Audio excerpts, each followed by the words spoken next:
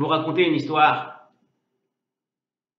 Une histoire que vous allez garder toute votre vie. Je vous demande de raconter cette histoire à toutes les personnes que vous connaissez. Toutes les personnes qui sont autour de vous.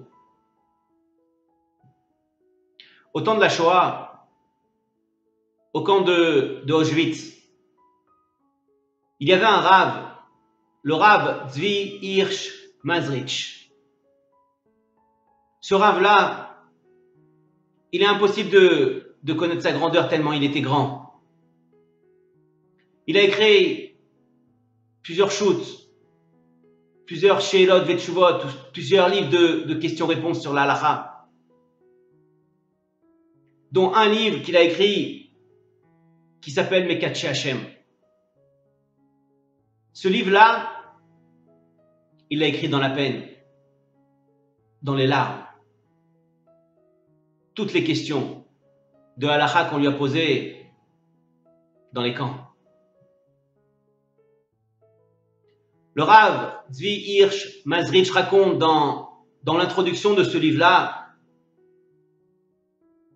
qu'à un moment de sa vie, il se tenait dans le camp d'Auschwitz, sur sa terrasse.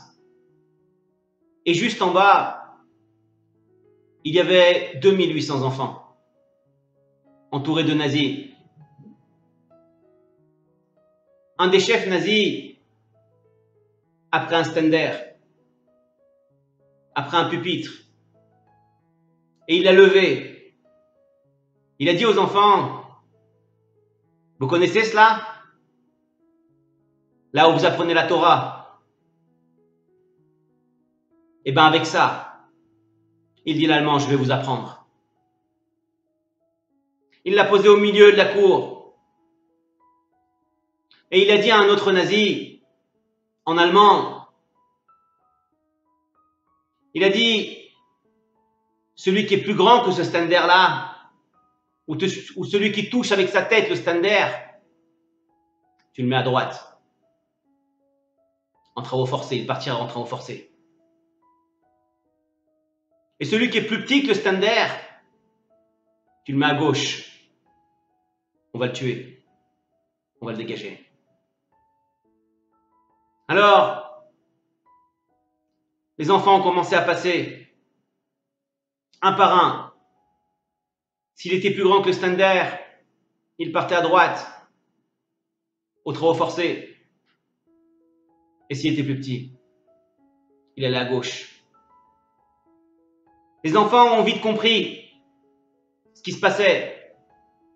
Alors un des enfants, au moment de se présenter devant le stander, a levé les pointes pour toucher le stander avec la tête.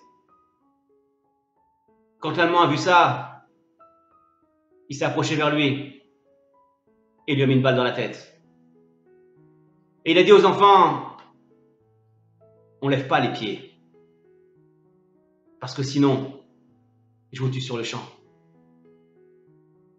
Le Rav Zvi Hirsch Mazrich raconte et dit dans son livre Mekatche Hashem, dans son introduction, j'ai compté 1400 enfants qui étaient plus petits que le stander.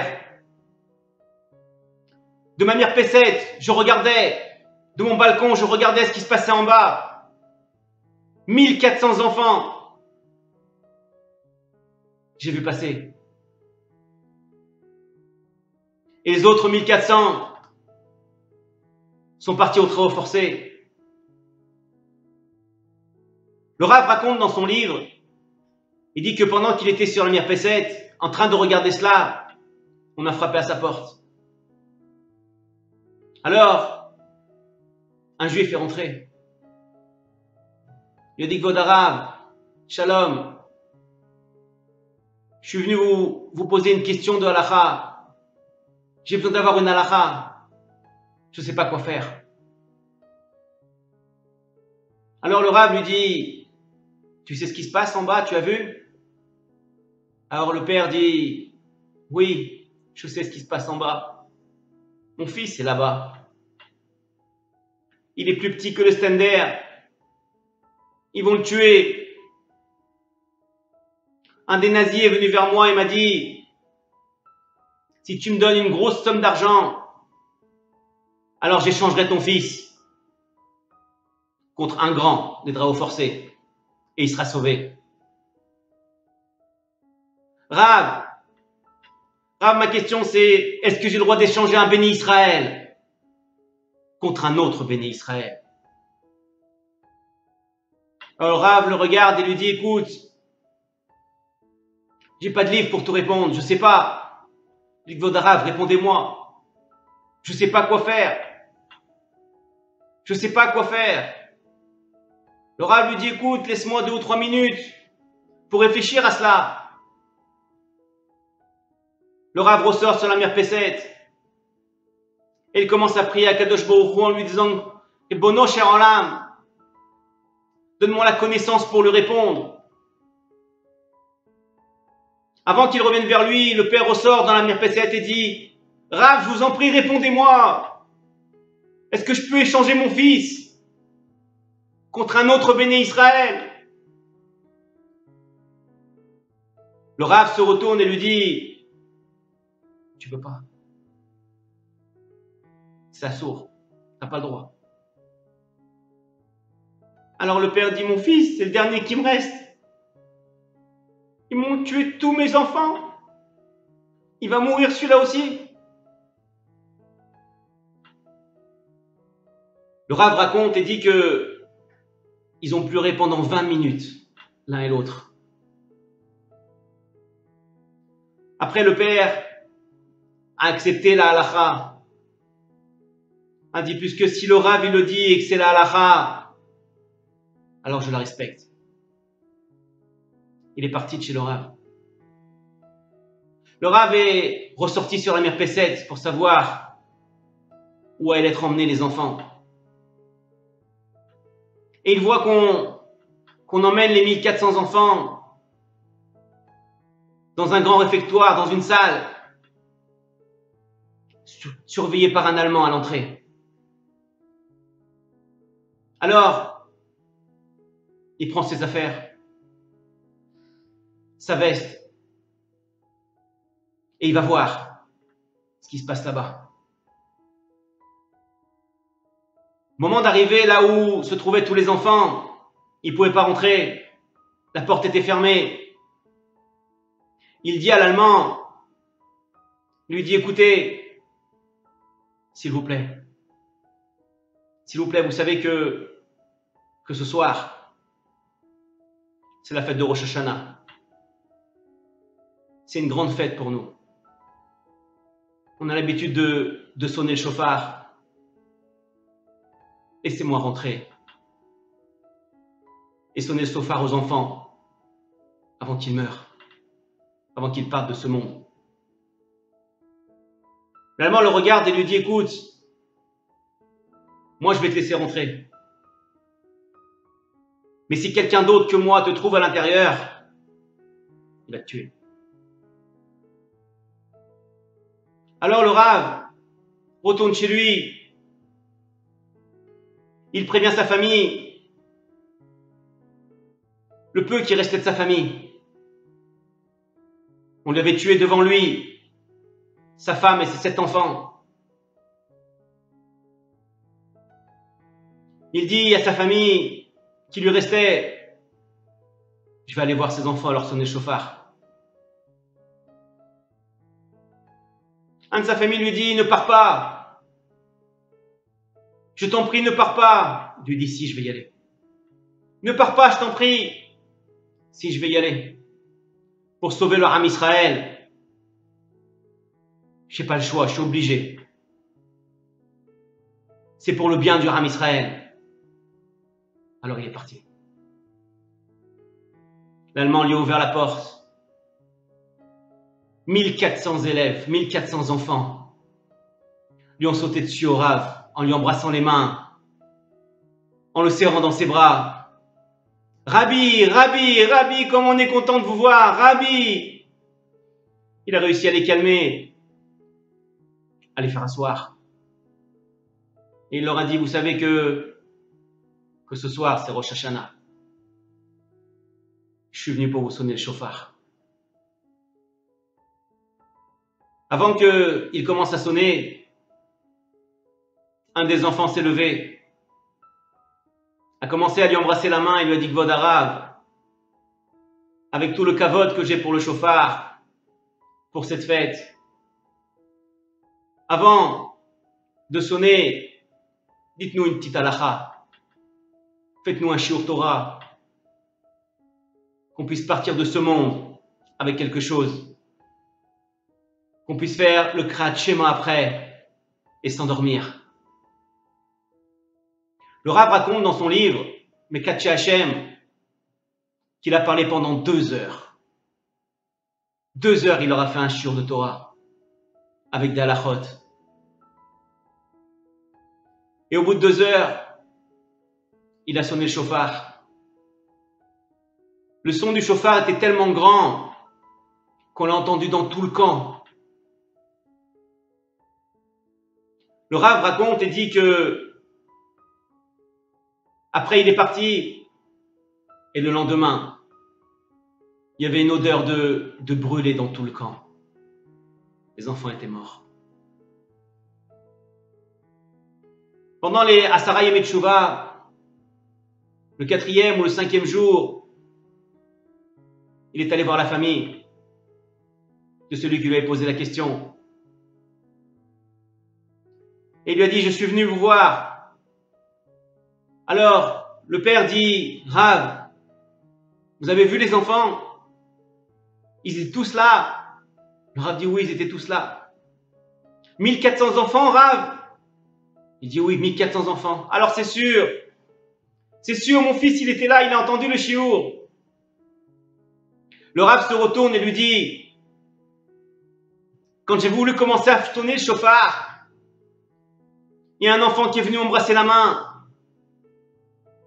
Et il m'a dit: Kvod Harav, dites-nous une petite halakha avant qu'on parte de ce monde, avant qu'on puisse se retrouver au Gan Eden, à côté de Kadosh Baruch Hu, qu'on puisse faire le Kriyat Shema.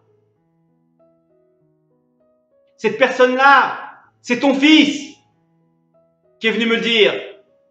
Après que j'ai sonné le chauffard, il est venu me parler. Pendant 10 minutes, j'ai parlé avec lui. Il m'a dit: je suis le fils d'un tel et d'un tel. C'est ton fils qui est venu. De la même façon que toi, tu es venu me poser la question. Et tu as écouté la halakha, tu as respecté la halakha. Ton fils aussi, il est venu, il a respecté la halakha. Et il a demandé la halakha avant de mourir. Mes amis,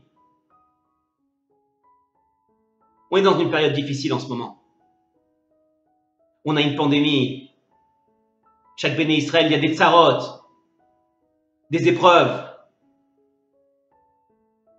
Mais nous, dès qu'on a un tout petit peu, une petite épreuve, on baisse les bras.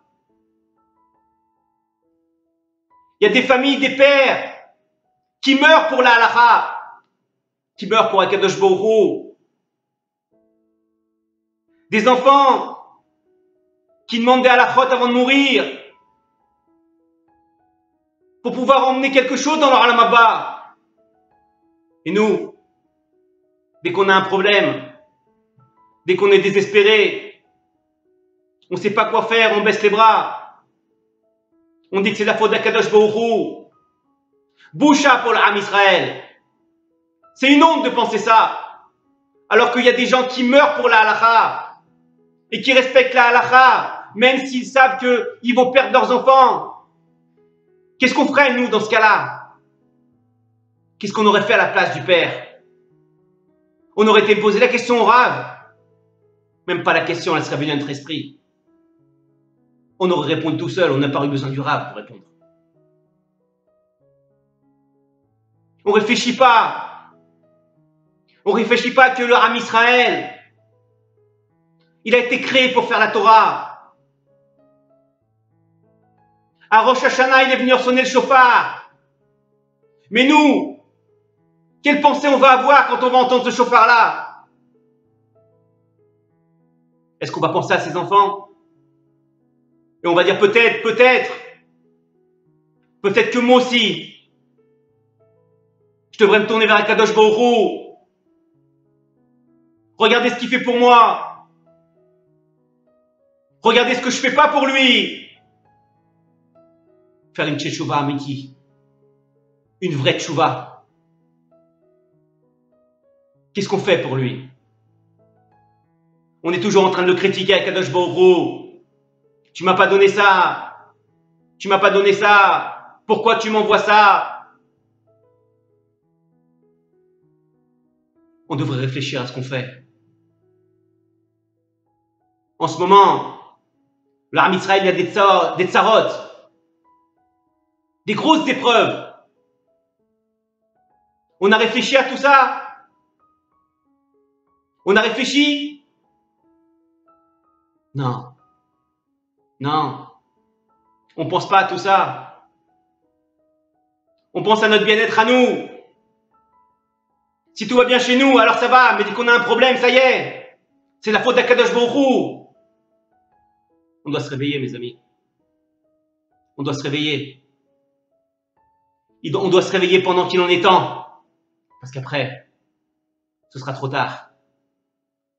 On pourra plus faire tchouva comme il faut. À nous de faire un reshbon hanefesh. De réfléchir ce qu'on a fait pour Akadosh Baruch Hu. Et Bezrat Hashem que Akadosh Baruch Hu nous aide. Il nous aide à nous rapprocher de lui et à voir le bienfait qu'il nous fait.